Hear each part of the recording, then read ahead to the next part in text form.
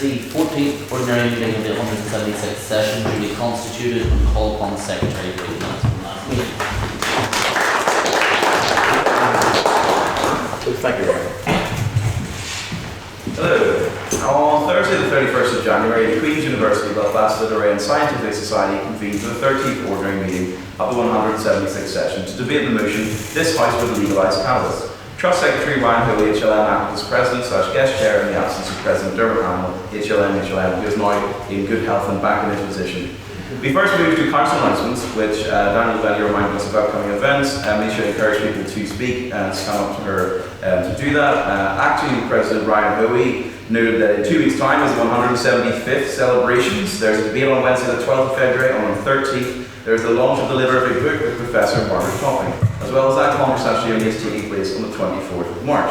We then moved to private members' business, where reports were heard from Luke Collins, Tom Burns, HLM, Hugh Child, Beth, Lynam, and Jonathan Duroga. We then moved to President's Questions, where Grant Warren, HLM, asked the President, could you remind the House of the first year that you attended the Literary? Ryan Hoey responded 2018, which seems like a very, very long time ago. Matthew Spratt asked the President, if Mr. President isn't recovered by the social, will you step in and hide like a chicken with a bucket of cash with perpetual drink? Mr. President did not respond. Lucinda Dare asked which biopic would you direct and with what animal and celebrity? Ryan Hoey responded with Charlie XCX as a zebra. Flint Nugent asked, what did you have for breakfast? The President responded, porridge, honey and raspberries like an elderly man. Luke Collins asked, would you back yourself in a fight with Dermot? And Ryan said he could take him in his current state, which sounds slightly cynical. President Emeritus Calvin Blaney of HLM asked, are there any big society events upcoming? Ryan Hoey was one of saying the final of the Irish Times may be held at Queen's University, but still to be confirmed. Lucian asked a question about gorillas, which I'm going to bypass, sorry. Jonathan asked another trolley question. Tom Burns, HLM, in the form of Calvin Black, asked me, Ryan, I'm going to skip that one. George Farnham finally asked the President, what is your favourite Lady Gaga song? Ryan said, Born This Way, although not fully agreeing with the sentiment, he said, we're all a mixture of nurture and nature, really. A vote of prior opinion was then called. There were 14 votes for the opposition, 8 votes for the opposition, and 7 abstentions. Thus the motion carried. The President gave a review of the rules and called upon the first proposition speaker, who was Noah Rouse. He said, we on the proposition want the Amsterdam style of coffee cannabis. It would not be permitted on the street, and you would be fined if you did. There would be specific places and regulations around this. Noah made a detailed economic argument in favour of legalisation, arguing that both the British and Irish government are losing revenue from not selling cannabis, revenue which could be better used to help society. He then finished by saying, show me in the Ten Commandments where it says, thou shalt not have a split. Traditional value should not be involved in the debate, he attested. First on the opposition was Matthew Spratt. Matthew opened by saying that cannabis is illegal because cannabis is harmful. Matthew then gave a very detailed overview of the adverse health impacts of regular cannabis use in the long term, resulting in 3 times the amount of tar and 4 times the amount of inhaled carbon monoxide. Matthew then said, eating cannabis ain't good either, end quote. Matthew said, there's more to this argument than money, but stated that our citizens work hard and they do not do that to have their taxes spent on illegal drugs. Second on the proposition was Grant Warren, HLM. He said, they all are the nanny state, petty autocrats who want to take your quote-unquote spliffs off of you. Grant asserted that medical cannabis can be used as a remedy to pain and works far more effectively than the current ones, and extolled the possibility of additional revenue. Grant then articulated a libertarian case that in a truly free society, we ought to allow adults to make decisions of their own, and the government should not make choices on our behalf. Second on the proposition was Tulchin experiment. Tulchin spoke at great length about how large wealthy companies only care about convenience and business, not our health. Cannabis, she said, will be the new reliance if we legalise it, because the strategic vision for cannabis is to be just as commercialised as tobacco. Big tobacco are behind big cannabis, she attested. Governments now have big tobacco breathing down their necks to make it easier to put a cannabis shop on every corner. Third on the proposition was Sam Hazlett. Sam began, I stand before you to speak about the state of the devil's lettuce, he said. He then said, Ralph, you spoke of Amsterdam. It is not a place to look up to. Amsterdam allows tourists to do unruly things in the streets and did put up a very good fight in historical conflicts. Mr. Spratt, you got up here to praise Holland and Barrett for some reason, but you're mistaken. It's a terrible place, and the people who are using it would agree. Mr. Spratt Sam directed. You said we are living in a period of social change, and maybe the people who are using cannabis are, and those arguing for its legalisation. But you, Matthew, you are not living in a period of social change. You are living in Newton Stewart, which is a time now forgotten, when the Kaiser was a big stretcher, when Ryan Hoey was a Liberal, and Kira Swain was in her 50s. We then moved on to the final opposition figure with Jonathan Manson. Jonathan opened by addressing the claim that nobody has died from cannabis, and spoke about the people who have died from direct consumption of cannabis across Europe, and indeed relative to alcohol. He then commented and gave a detailed review about indirect deaths, and said that we don't necessarily know the full extent of it because cannabis impacts are not entirely understood. He said we do not know the long-term implications of cannabis use. Jonathan said then that he does not believe we should arrest everyone who takes cannabis, but once we legalise it, we then open the floodgates. We should find conclusive, detailed evidence that we can have it in a society in a responsible way. We then moved for questions, and the responses were heard from many, and then we moved to a vote on speaker ability. Whereas 9 votes for the proposition, 14 for the opposition, and 6 abstentions. Thus, the opposition carried the vote on speaker ability. Can I take the minutes as read?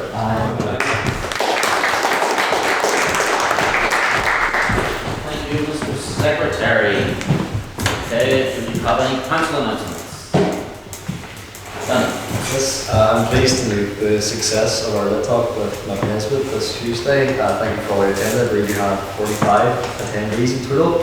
So we've had the leader of the UP for Lit Talk, and if you stay with us in 2 weeks' time, our next event is with Claire Hanna, the leader of the SDLP, and that'll be here in the McMurray Hall at 7 p.m. So get excited, start telling people, and I hope to see you all there. Just a reminder that after the debate tonight, we'll be heading down to Lumberys for our weekly social, and you're all welcome to join. Also next Wednesday we have the 175th anniversary debate.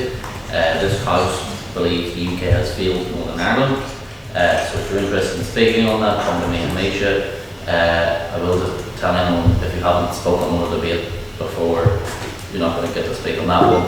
We're going to speak from HIST, from in Trinity, from the UCD LNH, from the Beth Society in Galway, if I forget, and the Philosophical Society in Cork, and hopefully some guest speakers too. The conversazione is taking place next month on the 24th, so get excited for that.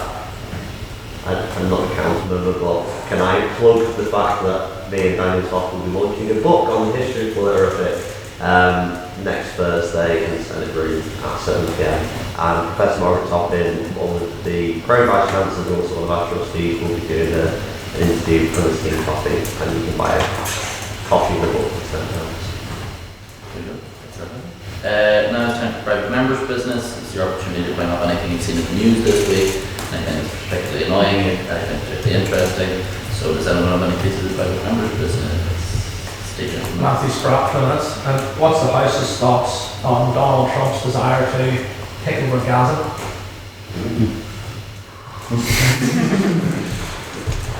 Also, stand for Gaza. I'm Jack Douglas. It's so, I don't believe it, it's somehow the most blatantly incontrovertible to international law thing Trump has ever suggested. Like, he's basically advocating for ethnic cleansing, which has been illegal under international law since World War II. So it's somehow one of the most inflammatory things I've heard him say in a while. I think what's interesting about this is the fact that obviously Trump ran in America first, not getting involved in foreign wars, all that sort of stuff, and then he's, there's been a bit of a backlash among like the hardcore like MAGA base who actually do believe that America shouldn't be involved in foreign wars, because it would obviously involve American troops on the ground, if they were to occupy Gaza, it would involve them having to probably forcibly remove people from the Gaza Strip. So it'll be interesting to see whether the sort of MAGA base is able to contain Trump, because if there's one thing that Trump likes is being liked. If his own supporters rebel against him, then you could see him U-turn. In fact, in his first term, I think he wanted to launch a preemptive strike on Iran, but then there was a backlash from the sort of anti-war MAGA base, and he didn't do that. So it'll be interesting to see whether his base can kind of keep him in check. Any other pieces of private members' business? Convert. Sticking with Trump, but maybe closer to his domestic policy rather than whatever he's thinking on foreign policy. The administration's big attack at the minute seems to be on DEI initiatives, diversity, equity and inclusion, part of which seems to be involving crashing planes, funding that goes overseas to the USA program, which according to his press secretary includes what she called a DEI musical in Ireland. I don't know what the DEI musical is in Ireland. No, what? Wicked, right, okay. Apparently Ireland got funding from the Americans to do Wicked. I don't know what it was or what they're planning on taking this any further, but what do we think about the attack on the DEI initiatives? Is it justified? Is it going far enough? Is it going too far? What do we think? I think it's quite obvious why the planes keep crashing. It's because Trump gets confused by the term destroying the left wing. Trump needs a wrong one. I think it's really classic Trumpian thing to do, and like say, oh, I hate DEI, and then at the same time doing DEI. Like Pete Hegseth is like the most obvious DEI hire I've ever seen in my life. Like he just wants more white men. Anybody who'll not Trump? I'm sick of Trump. You know my name. Yes, this is correct. So I saw on Instagram today, not reputable news source obviously, but you know the guy who's saying party like there's in their house? Apparently he's becoming a professional tennis player. That's really not. He's actually like on the board. Like he's playing against someone from Slovenia. So I just thought it was interesting. See, Brian, it's not too late for a career. You could get into tennis, you could. If you can.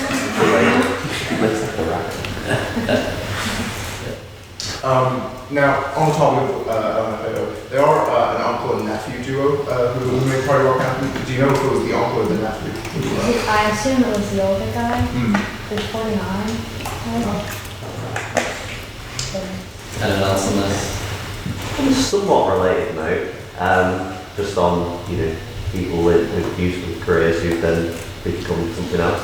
I see today that Queen's has, this can be separate to programs, I guess, but Queen's have put Van Morrison in as the Artist in residence. artist in residence, which is very interesting. I assume Robin Swan will be very annoyed about this. But yeah, that was also Robin Swan laptop. Anyone else on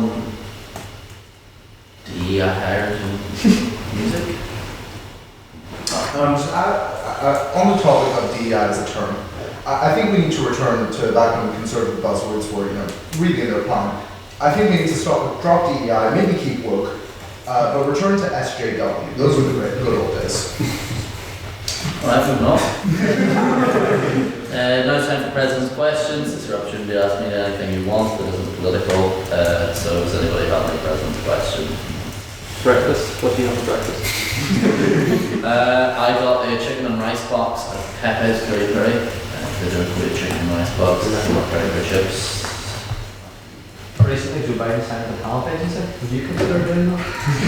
If anybody will have me. Apologies, this is a bit of a strange question. Anybody, any other?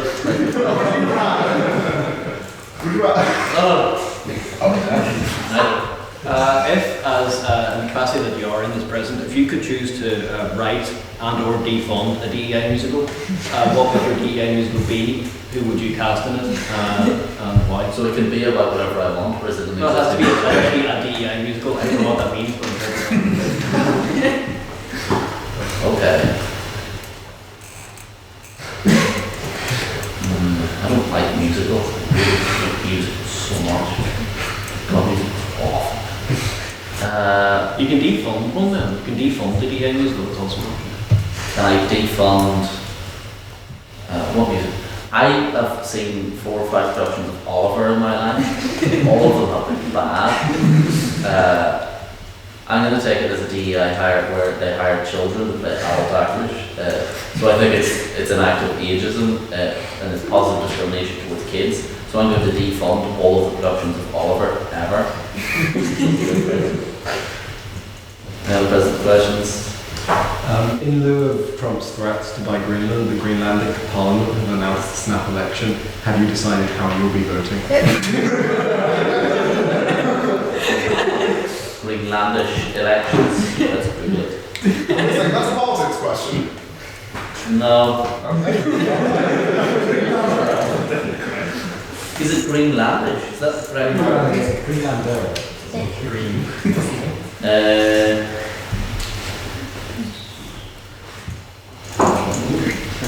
Descendants of our country, they're Greenlandic independent separatists. Go for them. You take them out what you will. Can you confirm whether or not you've ever been a member of the Greenlandic? Neither confirm nor deny whether or not I've remembered the Greenlandic separatists. Yeah. If you stepped in a large pot of cheese, how would you emotionally cope with that? What type of cheese?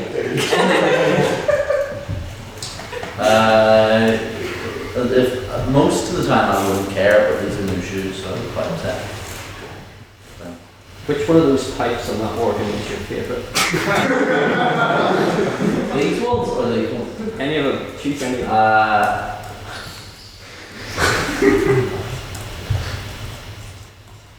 I like that one. This one. That's my favourite type. Last one. That one. If this is a would you rather question, from the back, you want to answer. Okay, so would you rather, you have a choice here. Would you live in a tent completely naked with another fully naked guy with obviously you're walking water by face Alright. Now it's time for our vote on prior opinions. So this is what you think of the motion at hand. The motion tonight is this house would not have children. Who would not have children? Raise your hand.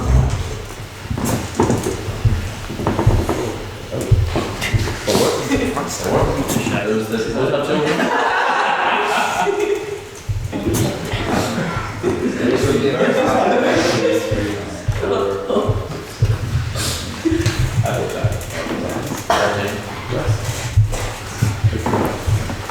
And we would like to abstain.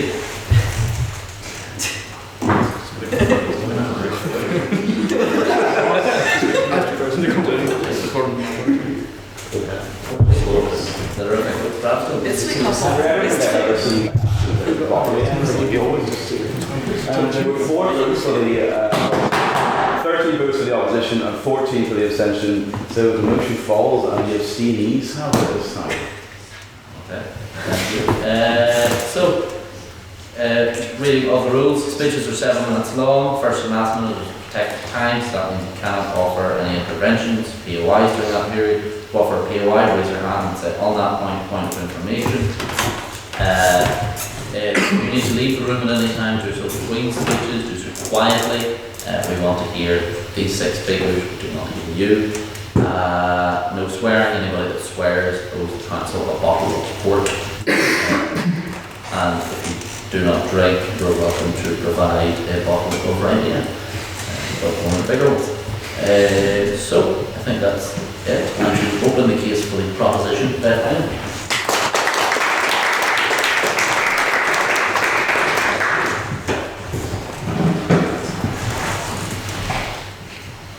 We'll see if I actually make 7 minutes this time.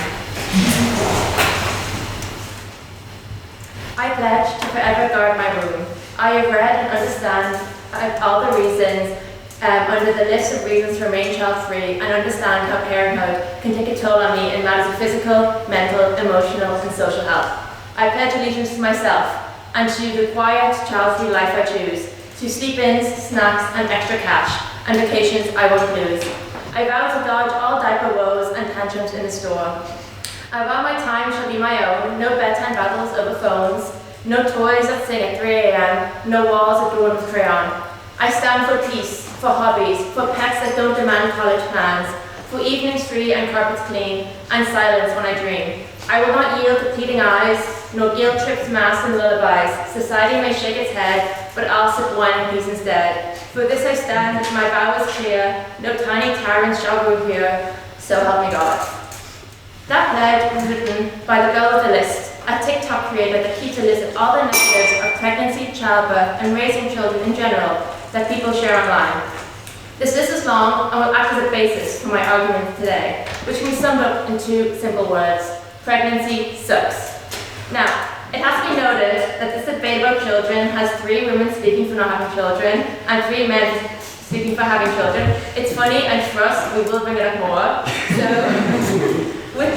So with that spirit, I will launch into my argument. The process of growing a tiny human, or God forbid, more than one, is rough. Based on the vote of prior opinion, most people here want to have children. Thank you guys for actually voting for it. I know my speech. However, I can see that most people here will not give birth in their lifetime unless science goes down a very weird path in the next 20 years. So that leaves only a few in this room, shout out to the 8 women I counted, who are actually able to have children, and even fewer who will actually have kids. Now, I'm not saying that you're less valid for wanting kids if you can't get pregnant, but there are things that simply aren't considered because they don't apply. Things like morning sickness, postpartum depression, career setbacks, anything kind of like the physical aspect of having kids that naturally men won't experience. These are things that women need to think about, and it's actually one of the main reasons that many women choose not to have children, and people in general. I have to, yes? What about the state provided support for women? As there was a recent bill passed there with the childcare subsidy scheme, so that gives parents money for childminders. Yeah, and that's great, but also like still, if I have 4th-degree cares, I have 4th-degree cares, and the government can't do anything about that. If I've been paying, you know what I mean? And also, it's great that there is there, but according to the talk I went to, thank you Daniel, our Northern Ireland has no money, so I don't know. I have to admit, this is why I don't want children anymore, at least not physically. The dream used to be 3 cute mini Beths running around and causing chaos, but as I grow older, that dream starts to fade. Reality about what having children, especially as a woman, actually means. For example, my mother did not need to take a pregnancy test when she became pregnant with me because the morning sickness was so bad she knew that she was pregnant. Which is kind of a cute story, but also throwing up for weeks on end does not sound in any way fun, especially when morning sickness is a misnomer. You get sick the entire day. It's horrifying. I knew I definitely didn't want a kid when I got my period because those things suck. Again, it's not something that most people in the room can relate to, but just imagine once a month being bedridden for stomach pains. I'm just not built for that type of pain, and I know labor pains get much worse. I'm a coward, I'm weak, I'll admit it. No thank you. My mother labored with me for over 24 hours after me being a week overdue, and they had to use this Hoover device that suctioned the top of my head to pull me out because I refused to be actually born. My dad had to help pull me out, and the doctor asked him if he was Beth, because apparently he did such a good job of it, which would send me over the edge if I heard that 24 hours of labor. But those, in the grand scheme of things, are mild. Bad morning sickness, lazy baby is not uncommon. That's actually considered an ideal pregnancy. Minimal complications and an incredibly cute baby. However, if it doesn't go well, it becomes a horror story, and that's where the girl of this comes in. Now, hands up, who here likes their teeth? Hands up, guys. I personally love my teeth. My favorite thing about them is that they're in my mouth. However, if a woman does not get enough calcium during pregnancy, her teeth can fall out to give that baby the calcium the teeth contain. This happens with any nutrient deficit a woman may have, and it sounds less like having a baby and more like a leech. I can't imagine having a newborn and finding the time to book a flight to Turkey to get bananas. Other horrific things that can happen during pregnancies include postpartum hemorrhoids, a woman's brain shrinking during pregnancy, which has been scientifically proven in the recent times, don't like it guys, and all of the nasty tears that are possible. It's actually insane. Now, a lot of these are, to be fair, uncommon, and despite I believe something that should be considered. However, there are pregnancy complications that are very real and are being, and the way to deal with it are being threatened at the moment. Something like an ectopic pregnancy, where the egg is fertilized within the fallopian tube. Those babies are not viable, and that is a threat to the mother's life. However, now with many countries, including the United States, rolling back abortion care, these cannot be properly dealt with, and many women are forced to, sounds too bad, but just die because they can't get the abortion care that they need. This is something in a changing world where we see a lot of right-wing governments being put into power on anti-abortion, when they're anti-abortion and rolling back abortion care is a threat to women and should be something considered. We should not have a risk of losing our life, or the increased risk of losing our life when trying to bring life into this world. Point of information? Yes. Just wondering, do you recognise the developments of medical care from Victorian times to today that abortion isn't the only option? For example, Victorian times, the maternal mortality rate was 1 to 200 and now it's 0.2. Yes, I acknowledge that the maternity rate has gone down, absolutely, especially in these Western worlds. But what my concern is that the mortality rate is going up again, if you know what I mean, that we can't get this abortion care. And while we are in a better place now, still though, what if my chance of dying increase, if you know what I mean? Still sucks, and ectopic pregnancies are just not viable and are a threat to life if you do not have the proper care that you need, which many women do not have, especially also in third world, developing countries where access to healthcare is just not a thing. Anyway, in conclusion, no tiny tyrants shall rule here. I thank you for listening and beg you to propose.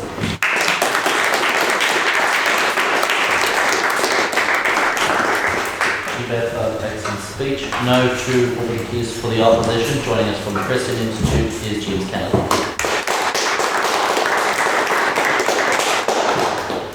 Thank you all so much for having me today. It's a real pleasure to be here. And just as I begin, I just have to say, crayon does not rhyme with wall to draw on. I will not stand for that sort of nonsense. Anyway, a lot has happened over the years since I studied here at Queen's. Jobs, houses, hobbies. Oh, and I had a child. Yes, this debate is too late for me, so you can find me out at the end. My son's only 3 months old, so maybe I have limited experience, but here's where I want to start. How does anyone come to the decision to have a child? There are practical considerations, like do we have a stable family environment, and can we provide for their needs? But once you get through all of that, it's deep instinct that kicks in. Okay, I get that having a child is scary, there are issues there, but that's how you're going to make a decision one day based on deep instinct. That's why so much anguish is felt by the many couples who struggle to conceive. Not just women, but men too. There is a visceral longing to have a child that most people at some point experience. It's not universal, but you can't just decide to opt out of it. I mean, how many of you here could actually commit to never having children? You might say, not today. Fair enough, that's probably a good idea. But it's not what we're debating. No, you have to accept that one day you might feel an almost overwhelming longing to have children. And I'm going to argue that that feeling exists for a very good reason. Well, only last week, new figures and a report were published saying that we are, here's a quote, likely set on an endless journey towards greater dependence on the state, rising taxes and exploding levels of state debt. Put simply, not having children is going to massively hike your taxes, to the tune of perhaps up to £200 by the time you retire a month.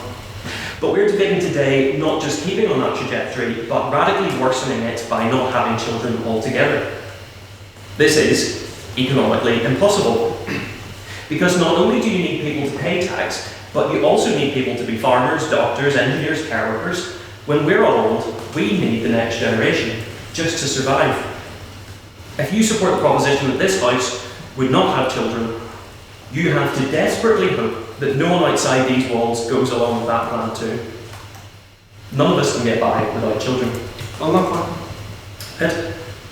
£200 a month is a lot, but is the cost of having a child not a lot more than £200 a month?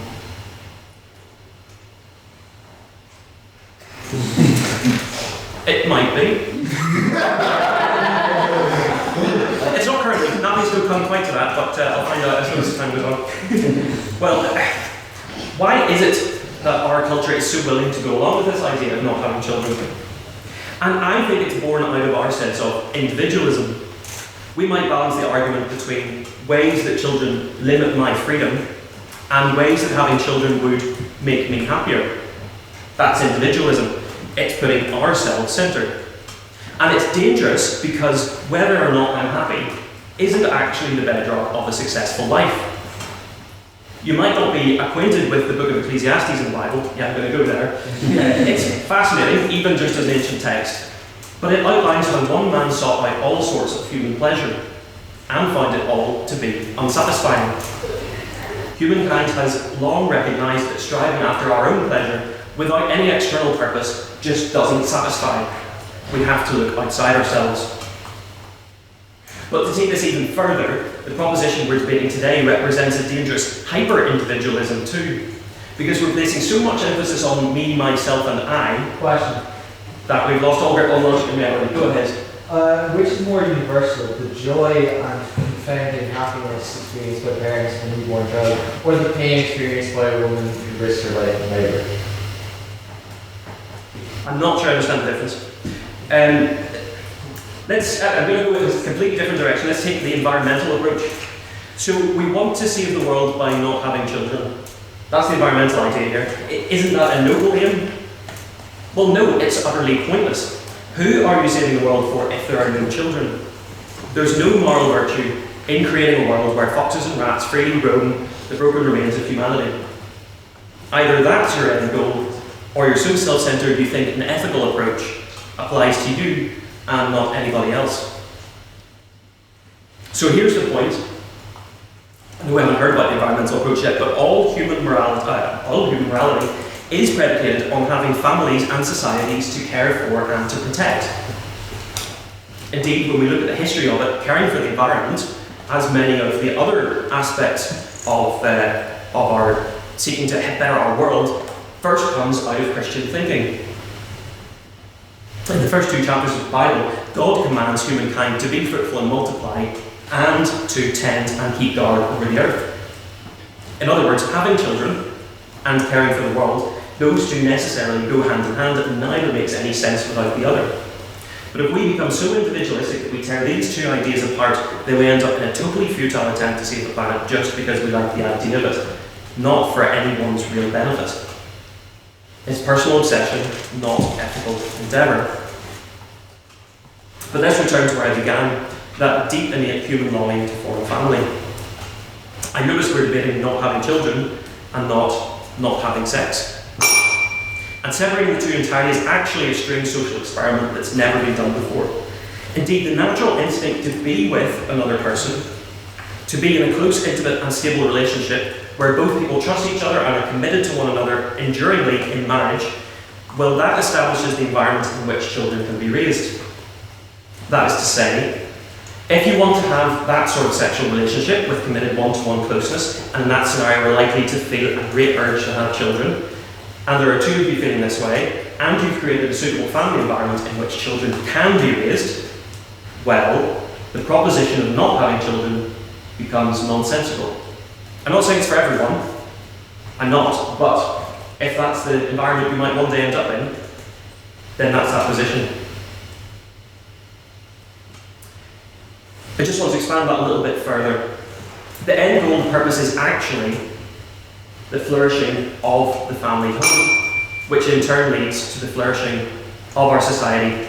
That's a positive vision for marriage and family, care and nurture learned at home through the self-sacrifice of mums and dads, which propels us towards sacrificial care and nurture of those around us. I urge you not to throw out that idea.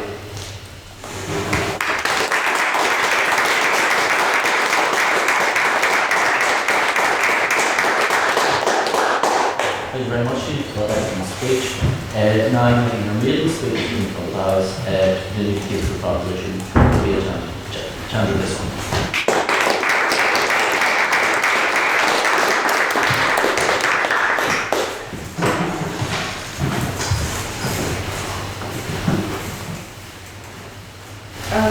Before I start my speech, just a quick shout out to the Literary Society for giving me a chance to speak for the first time, so I'm very grateful for the opportunity.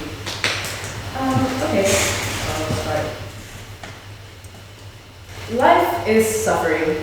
To take the active effort to bring a child into this world and to subject that child to the inevitable hardships that comes with living, and we have no say in the matter, is something that Prop believes has no ethical justification. What we propose then is that instead of bringing more children into the world, we focus on improving the lives of those that already exist. I'll focus on 2 arguments in this speech.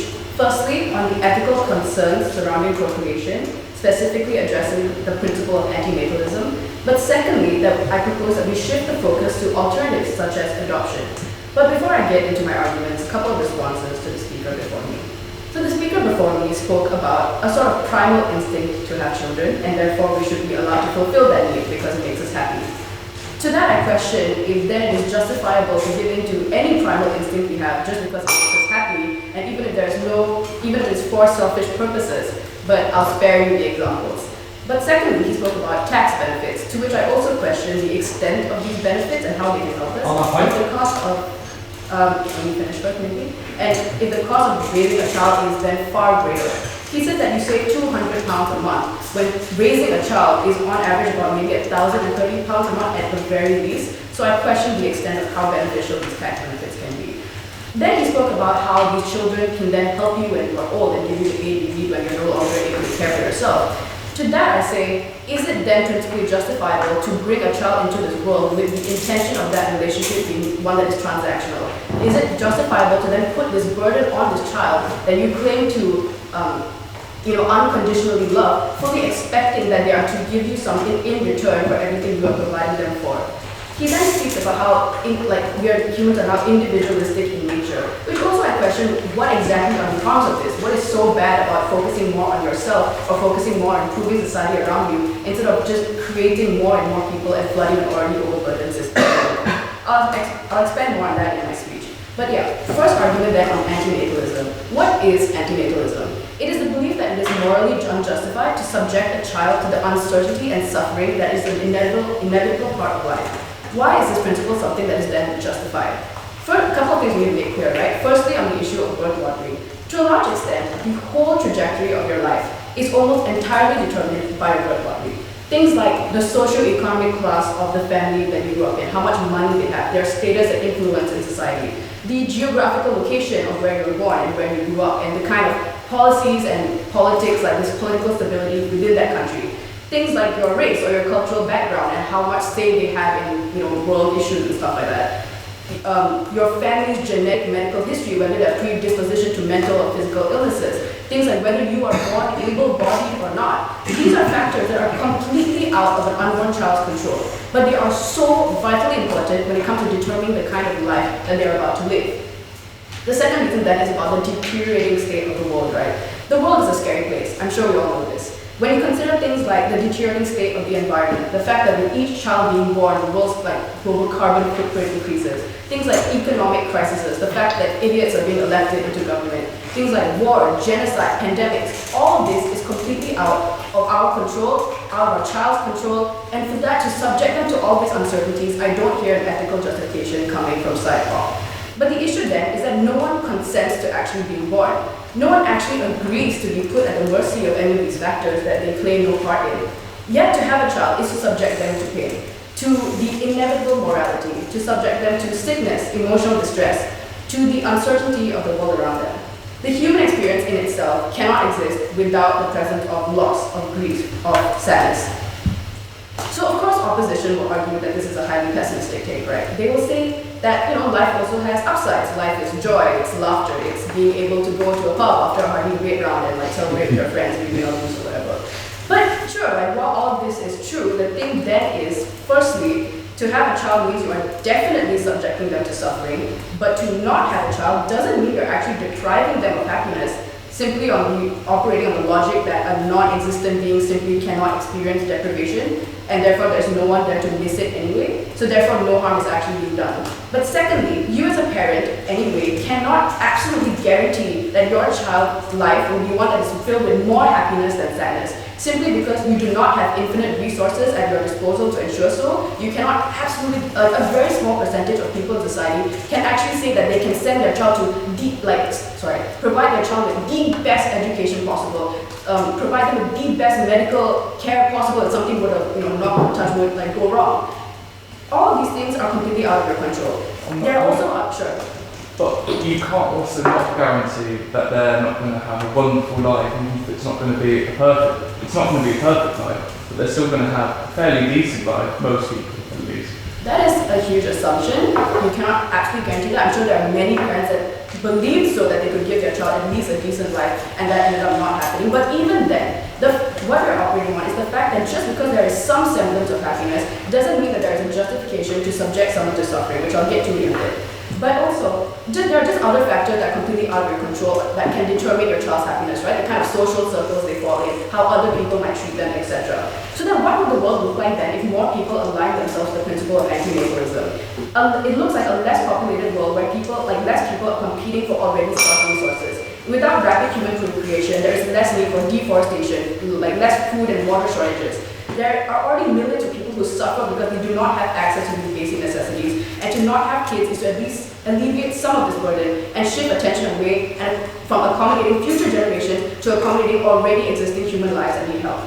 Most people, let's agree, to have kids is to some degree a very selfish decision, which I kind of addressed in my responses earlier, because most people have children for one or two reasons. They want to leave some sort of legacy behind, or they want a family out of fear of growing old and alone. You can still leave a legacy behind through constructive contributions to the world, through your career, through charity, through even making a positive impact on those most proximate to you, such as your friends or family.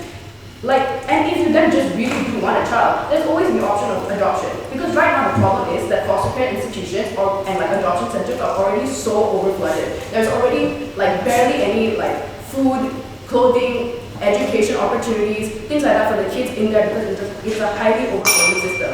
So as a result, these kids often face neglect. When they get out of these foster care systems at the age of 18, they have no actual support structures, which leads to things like homelessness, drug addiction, things like that, because there's no family for them to fall back on. If you really truly just do want to satisfy that primal instinct in you to have a child, simply adopt. It doesn't contribute to world issues. For that side of side.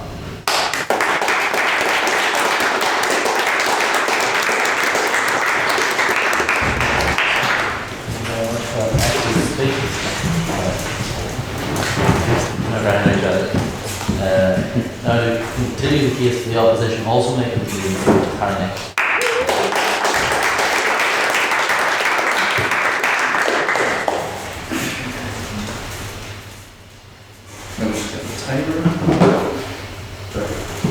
Thank you, Mr. President, and welcome to you as well. I do beg you to go easy on me, as it is at the end of the day my maiden speech. So let's get at it. As our Lord says in Genesis 1:28, be fruitful and multiply and replenish the earth. Well, I have to be the bearer of bad news and tell you all that in the global north, we as fellow humans are not fulfilling our duties, and it is having dire consequences in our society, both culturally and economically. Take for instance Japan, a country and people with a wonderful and envious culture, and emphasise again an envious culture, especially for the folks in the audience who like their anime and Pokemon. Japan is slowly losing its character due to low birth rates, as many would rather choose the rat race at the expense of wearing wings. This loss of character can be highlighted with the decline of traditional industries, with tens of thousands of traditional businesses shutting down. For example, the Nitsuno's family's traditional paper workshop is under threat, as the family state that the craftsmen are getting older and there is not many successors in this technology. Taking this closer to home, since 2010, UK birth rates have dropped faster than any other G7 nation. The decrease in birth rates has therefore resulted in a state reliant on mass migration to maintain the economy due to the shrinking working age population. And The Guardian states that from 2029 onwards, there is projected to be more deaths in the UK than births. The issue with this migration is that our beloved Western cultural values of compassion and respect clash with many said migrants. For example, the influx of radical Islamic migrants has not been great for women's rights, as the 2016 case review found that UK's Sharia courts have supported the values of extremists, condoned wife beating, ignored marital rape, and allowed forced marriages. This is unacceptable and doesn't represent the values of this compassionate house if we are in favour of women's rights. We in this house should not support this. Rather, it is we who should have children and be fruitful in the place we call home. This ensures we have a generation of young people that can support us with our needs in years to come, a generation of young people that can support our increasing global economy, and a generation of young people that can preserve our cultural values. That makes us and our people so unique. Thus, have children. In the Gospel of John, it states, I will not leave you as orphans, I will come to you. I, referring to Christ. We as people, both religious and secular, should be inspired by this beautiful message to show love to the forgotten in our society. That forgotten being orphans, children who have no parents or guardians. They need a hand of love in this world. Thus, this house can have children without the complications of childbirth through adoption. And I know the proposition said adoption is not having children. But I would say to any adoptive child out there, I'm sure they would class their adoptive parents as mum and dad. If the proposition believes we should not contribute to the ever-growing global population as it causes more environmental harm, I recognise that. However, there's still Wales out there who need our support, and adoption clearly does not contribute to the population boom. They are already born, and this shan't be ignored by this House. On that point? No, thank you. In fact, in the UK alone, independent states that around 4,000 children in the UK are waiting to be adopted. Unfortunately, 3/4 have faced traumatic experiences. Said children need support, and having the anchor of loving adoptive parents can support their real need. Having non-biological children through adoption is an ethical alternative to reproducing offspring. As environmentally, the average carbon footprint in the UK is around 12.7 tonnes per person per year. Socially, it promotes happiness as couples who cannot carry children. Love is reflected in their children through their transition to become comfortable in calling their parents mum or dad. And legally, every child has the right to relax and play and be safe from violence with respect to Article 1931 of the UN Convention on the Rights of the Child. Non-biological parents can support this. Thus, this House should shame the proposition and not allow us to have children, as it is a fundamental duty to ensure children, all children, are protected. On a lighter note, Matthew 18:4 says, "Whoever humbles himself like this child is the greatest in the kingdom of heaven." Children are good cry. It is their innocence and humble beginnings that makes them so important in society. I can tell you this personally, as I know what dealing with kids involves. But don't panic, I am not a father at the fine age of 20. However, I have the privilege of showing leadership to children in some class in the United States. I was a camp counselor, dealing with their basic needs, ensuring that they do their basic toiletries, behave, go to sleep at the right time, and overall participate in camp life, whether through sports or during evening activities. This experience was of great importance. The bolsters well-being of parents is so important, as we as adults must contribute and mould their lives and ensure they prosper. Said children are the future. We must ensure these children are our future leaders to solve ongoing global and national issues, whether in science or politics or in any other industry. The children of the future need good parents so that they can fulfill this. And I believe this House would make excellent parents. But the proposition is so terribly ignored. Thank you. Any questions? Yes. Did the proposition also not extol the merits of adoption? Yes, but they didn't recognise that as having children. And I would say that as having children through adoption.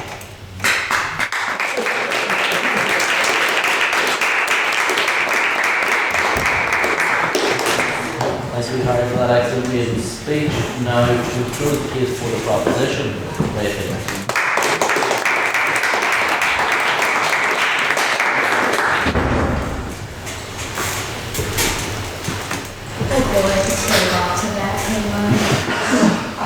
Speech, so I'm not going with it.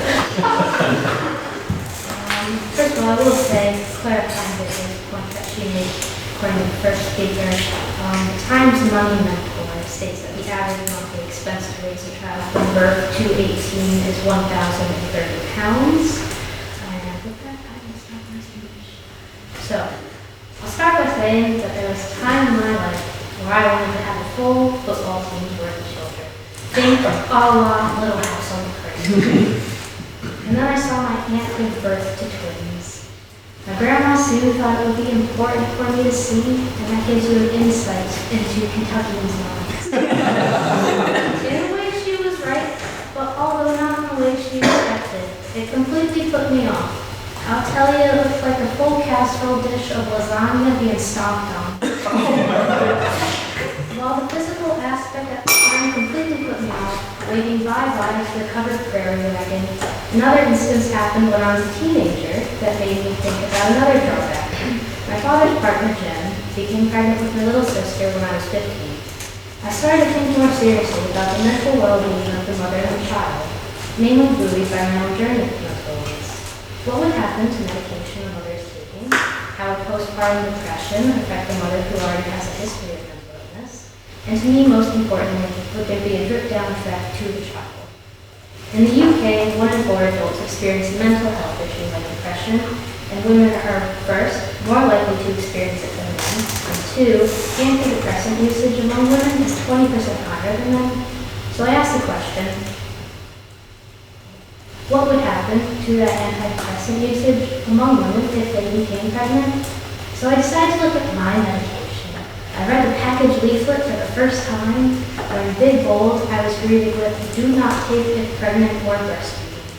Below that is also stated a list of side effects that, if you decide to take them, would affect specifically the child, and includes trouble with breathing, bluish skin, fits, body temperature changes, feeding difficulties, vomiting, low blood sugar, stiff or floppy muscles, vivid reflexes, tremors, and jitteriness, as well as the risk of persistent pulmonary hypertension in newborn, which prevents the child's blood vessels from fully opening after birth. I decided to do some more digging, and all of the medication I take says the exact same thing. Is it right that I should have to stop my treatment, concoction that keeps me functioning day to day, for the sake of carrying a child?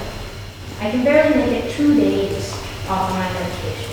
I cannot begin to imagine the detrimental effect of removing medication that is vital for a woman for that long, and how it can exacerbate post-pregnancy mental health. Now everyone knows what postpartum depression is. Depression is that parents have after a child is born. In the UK, 1 in 10 new mothers experience postpartum depression. I, fortunately again for the crop, have seen this firsthand. While in utero, my little sister was found to have spinal bifida, and while still in utero, they were able to close the hole in the base of her spine, and she still will have severe disabilities for the rest of her life. I know when Dad's partner Jen started to ask the question, what have I done wrong? She started to develop signs of postpartum depression, going so far as to project her tendencies onto my little sister and the rest of us in the house. Shared a wall with my little sister's room, and up until the age of 3, I would hear domestics coming from that room. She'd throw things towards her and eventually storm out of her room, leaving her alone. That's when I went in to make sure that my little sister was okay. The room would be in disarray, she would be crying, usually on her changing table, and I would pick her up and take her to my room until my dad came home from work. Now, I'm not aware whether she took antidepressants before becoming pregnant, but the National Institute of Health states women with previous mood disorder diagnoses have persistently high symptoms of postpartum depression. The NIH goes on to state that mom's mental health is critical to a child's well-being and development. This leads me into my next point of a mother's mental health affecting her child. Starting to sound like a broken record, but unfortunately again for the crop, but not very fortunate for myself and the child that has been directly affected by my birth mother's mental illness. Yale Medicine corroborates the broad categorization by stating parental depression is a pervasive problem in a large and growing body of research, so that it's a major risk factor in a child's life. I can only speak to my own experience, but my birth mother was severely depressed among other things. I started to develop problems in school and socially after my father gained full custody of me. It wasn't until after my sister was born, coincidentally, that my dad decided to share with me court documents which detailed what my birth mother did to me. For years, I went to therapists and psychotherapists and psychiatrists to try to figure out what the patient zero of my illness was.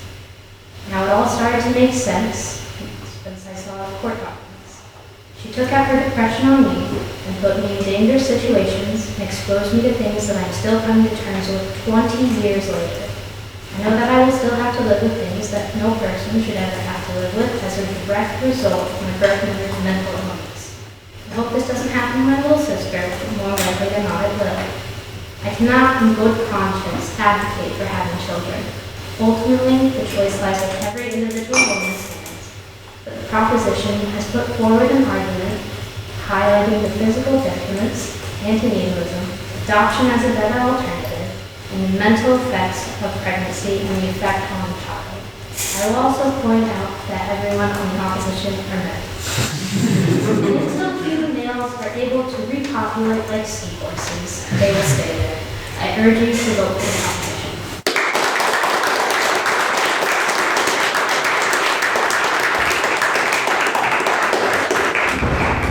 Thank you for that excellent speech. Now to close the debate, Tiarnan Smith.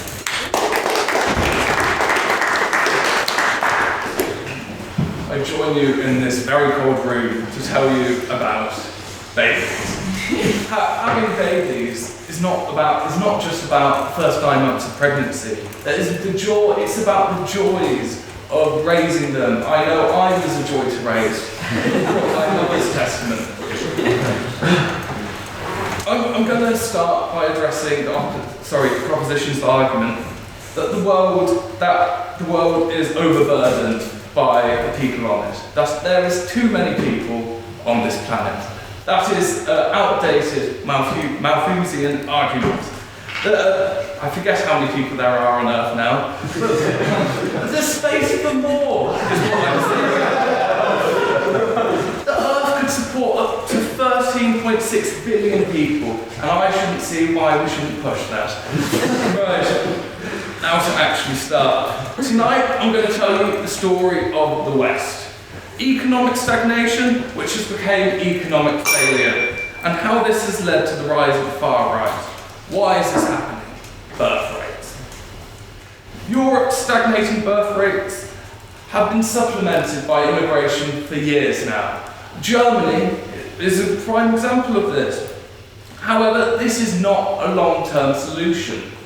Why is it not a long-term solution? Because people adapt to where they live. The birth rates of immigrants quickly change to the rates which they are in their host country. This is not the solution. But we've seen this all before with China's one-child policy, hailed as a solution to overpopulation, with the supposed maximum ideal size of the Chinese population being 700 million people. That didn't work out. Now China is trying to reverse this policy because they've now not got a big enough workforce. Their manufacturing base has been challenged by more developing countries. The economic ramifications of this crisis would touch every inch of society. A smaller labour pool would decrease national GDP and create an inability for the government to care for its people and put an even greater burden on our already burdened youth. I'm going to tell a harsh truth to you tonight. Life is a pyramid scheme, and growing up is accepting that. There is an intergenerational contract between each of us and our parents that eventually we're going to take care of them. The Shakers, anti-natalist group in America, have abandoned this intergenerational contract, dedicating themselves to spiritual pursuits with no thought of procreation. Where are they now? All but gone, aside a small hamlet in Pennsylvania. Societies which refuse to replace and rejuvenate are doomed to fail. One of the strongest reasons... Go ahead. Why is it principally justifiable to ask women to bear all the pain that Proverbs described to fix your problem? We don't live in a just society between my arguments and that. I think. I admit, as a gay man, I really have no leg to stand on. Please, children, so I can raise them. Aside personal happiness, which children provide, which is a lovely benefit to having them, they provide a sense of legacy and purpose. They represent hope and a transmission of culture between generations. Modern life emphasises careers and individual successes. In many countries, loneliness has become a significant public health crisis, particularly among older individuals without family, with fewer young people engaging in the care of the elderly, exacerbating economic pressures on the government to care for people. Furthermore, the last place any individual wants to be lonely is on their deathbed. And I can tell you, a matter of fact, that childless individuals are more likely to have a nurse by their side than their family or their relative. What a way to go. So why should people have children in our modern society? No, thank you. For economic stability, for the survival of our civilization, and most importantly, for the fulfillment parenting provides. The future depends on it. A society that values and supports its families, is one that ensures its own longevity and prosperity. Declining birth rates are not only an economic problem, they are a civilisational one. If we fail to act, we risk a future of loneliness, economic hardship and cultural erosion to become the defining characteristics of the world. I think we are all aware of the film Children of Men, and look how bleak that life looks. But we recognise the importance of children and take steps to support families. We can build a thriving, sustainable society. Thank you for your time.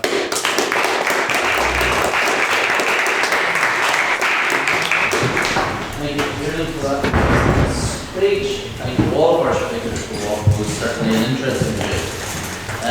Special thank you also to our two meeting speakers and James, our special guest. So, now it's time for questions. Your opportunity to ask something to these 106 people. Please go easy. Don't talk about sex too much. So, if you have a question for the proposition, raise your hands now. Your name from us. Elliot.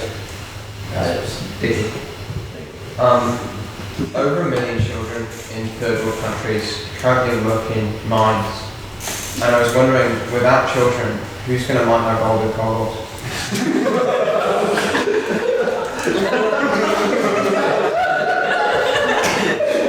Does anybody have a serious question? Yeah. So just to, I'm really interested in particularly the second argument around how there seems to be incoherence in it that if we don't bring the child into the world, which you have a really joyful life, it's dismantled because they're never born anyway, so therefore you've not made any loss. But the fact is that I'm quite happy that my mum and dad made me and then I was born.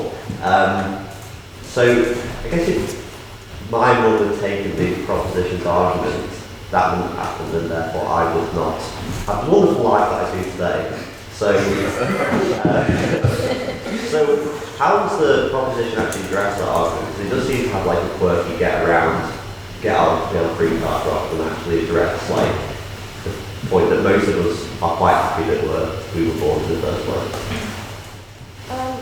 Okay, I guess to address it, I'm very happy for you that you're happy to be born. But also, I don't think it's necessarily fair to assume that your personal experience is necessarily reflective of the majority of the world. I think to be very happy with the life that you have lived is to some degree a privileged state.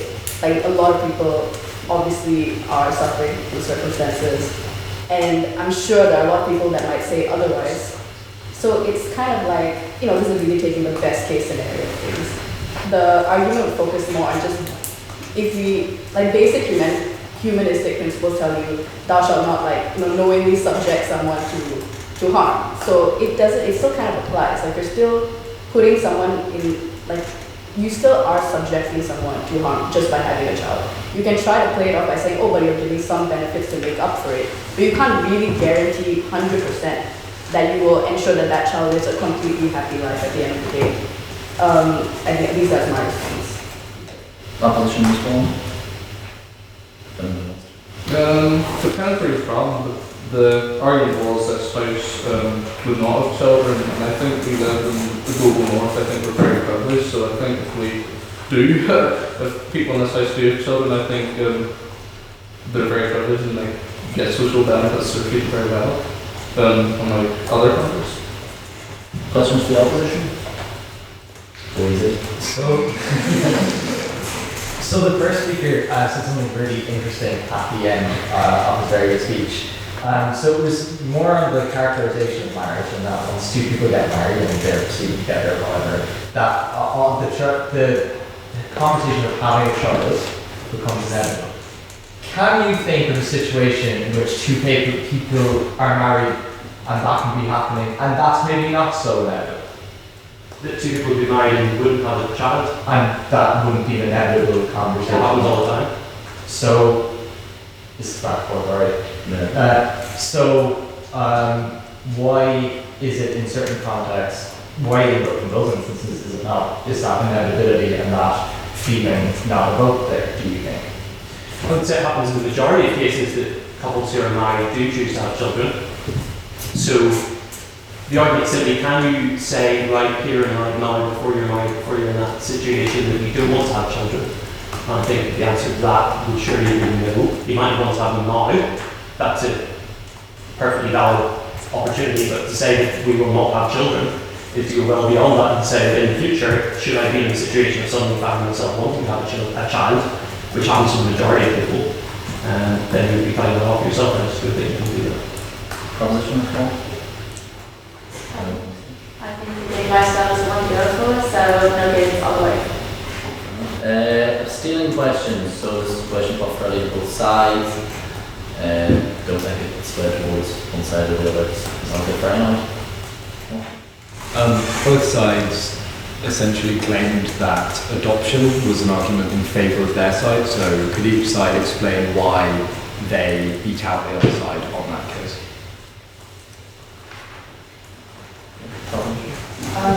Okay, I guess like this debate needs to take place in status quo of the world right now. So the context in which the debate takes place is that now we don't want to have, like this house would not have kids, so that's kind of an action we want to take now to prevent for the future, right? Like we don't want to have any more kids. But we can't deny that there's already existing kids that exist in foster care systems. So that's just taking the world as it is and deciding not to contribute more children to the world. But that doesn't change the fact that these kids already exist. So it doesn't really count as having more kids. It's just taking kids that are already existing and providing care for them. So that's kind of why, yeah, it's not really the physical aspect of birthing more biological children. That's kind of why we believe it's in our favor. I would say you can have children through various methods. For example, reproduction, that would be various sort of natural way to do it. You also have IVF, and then obviously adoption. So the way I interpret that is this house would not have children through any of them methods. I think just on a point of kind of good standing orders would be there, it is up to the proposition to define the motion, and they have to find it. So it's just something to have out there. I think that's questions over. Now it's time for our vote on speaker ability. So well done to all of our speakers. This is your opportunity not to go on who you have to agree with, which side you believe spoke best. So if you believe the proposition spoke best, raise your hands back. Oh yes.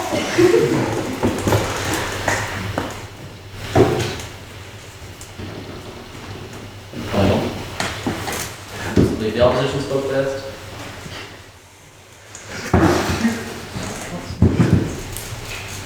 Nine. And those would like to abstain? What? I counted you in the other way. We shouldn't. Okay, there were 21 votes for the proposition, 9 votes for the opposition, and 1 abstention. Thus, the proposition carries the vote on speaker ability.